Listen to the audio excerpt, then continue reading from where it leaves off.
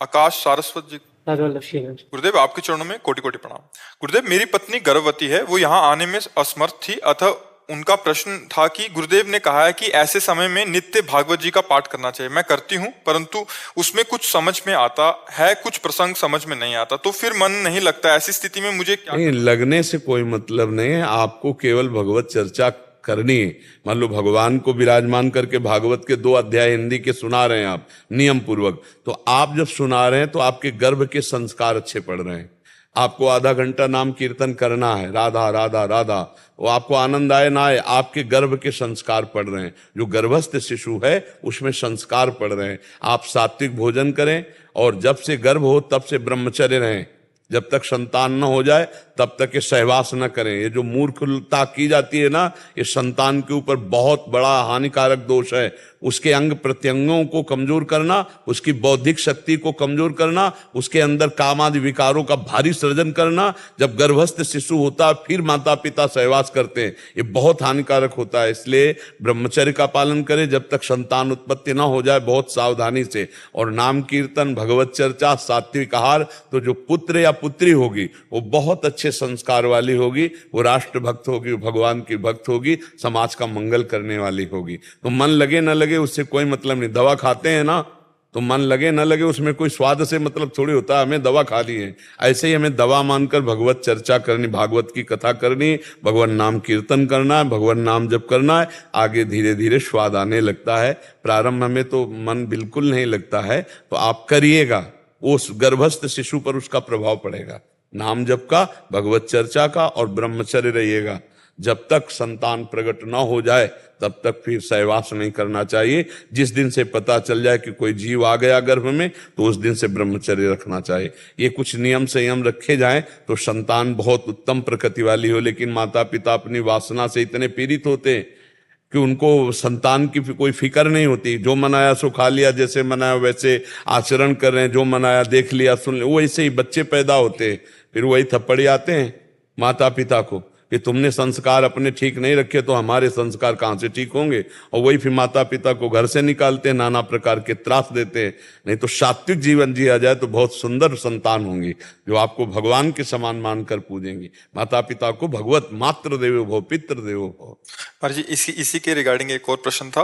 वो लिख रहे थे कि मैं अभी प्रेग्नेंट हूँ, पूजा पाठ का नियम और वाणी पाठ जो महाराज जी ने दिया है वो हम कर रहे हैं, लेकिन डिलीवरी के टाइम पूजा पाठ का नियम किस तरह से करना होगा, कृपया करके मुझे बताएं। कितने दिन तक सेवा पूजा पाठ नियम कर सकते हैं या कितने दिनों बाद नहीं करना? नहीं, जब वो संतान प्रकट होती है तो उसमें जनना शौच लगता है शास्त्रीय पद्धति से, तो कम से कम 10 दिन।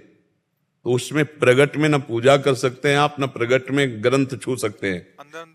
अंदर अंदर आप नाम जप सकते, और अंदर जो आपको याद है वो स्तोत्र, वो वाणी पाठ भी आप कर सकते। ग्रंथ नहीं छू सकते। सुन सकते हैं चौरासी जी लगा लिया है। हाँ, ये सुन सकते, ऐसे सुन। ग्रंथ नहीं छू सकते, माला नहीं छू सकते। आप ऐसे नाम जप कीजिए, आप भगवत चिंतन कीजिए, तो ऐसा उपासना। उसमें उपासना में रत नहीं हो सकते आप। जनना शौच और मरना शौच, ये 2 प्रकार के शौच बचाए। तो जो मरना शौच है वो 13 दिन में होता है। 13 ही जब होने के बाद वो पवित्र फिर। और इसमें कम से कम 10 दिन, तो जब तक संतान, वो गांव में सोवर कहते हैं, जब तक वो जनना शौच रहता है तब तक उसके पवित्रता ना होने तक कोई ये ठाकुर सेवा, ग्रंथ को छूकर पाठ करना, ये सब ना करें।